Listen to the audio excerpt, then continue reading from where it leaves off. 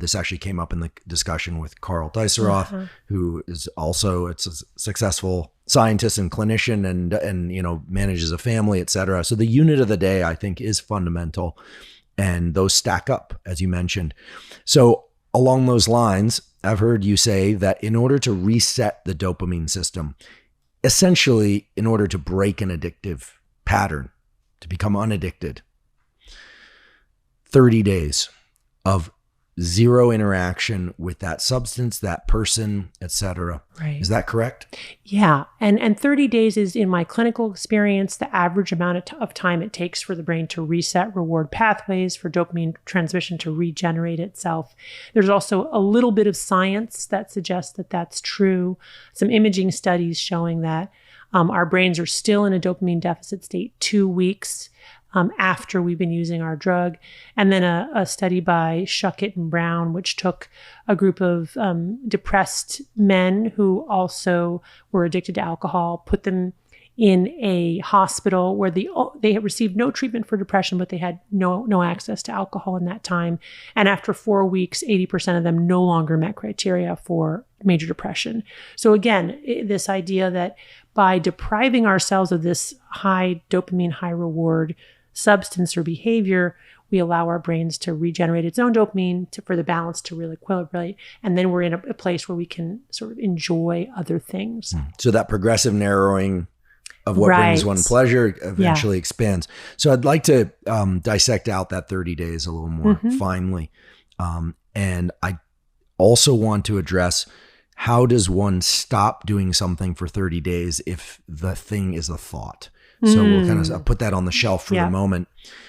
So days 1 through 10, I would imagine will be very uncomfortable. Yes. They're going to suck, basically, to be quite honest, because if the way you describe this pleasure pain balance, to my mind, says that if you remove what little pleasure one is getting, or a lot of pleasure from engaging in some behavior, that's gone. The pain system is really ramped up, and nothing is making me feel good. I'll just use myself as an example. I'm not in recovery, but that 10 days is going to be miserable. Right. Anxiety, trouble sleeping, physical agitation, and to the point where, maybe impulsive, angry.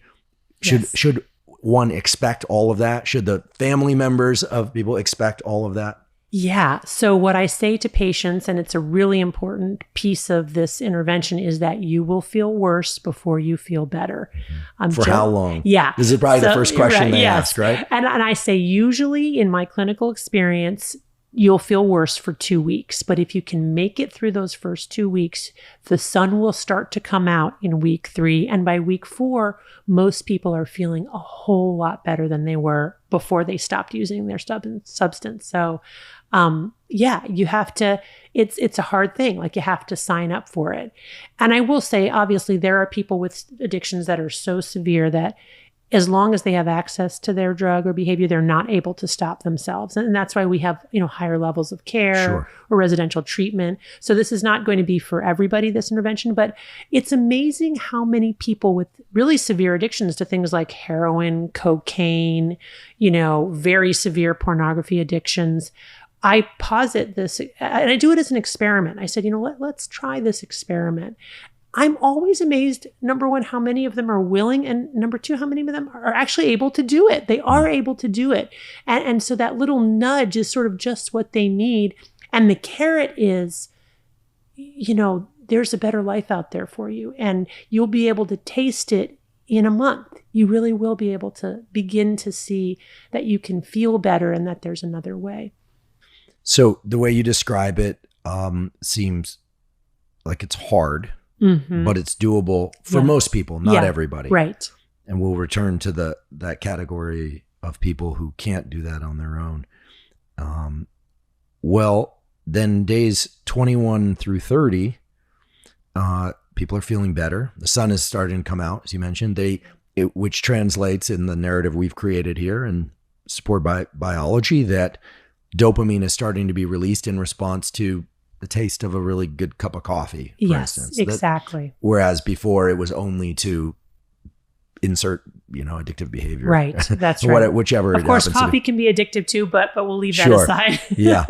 I feel like coffee has a kind of consumption limiting mechanism built in where at some point you just can't ingest anymore. Yeah. But maybe that's wrong. Sorry to give lift to the caffeine addicts out there as I clutch my mug.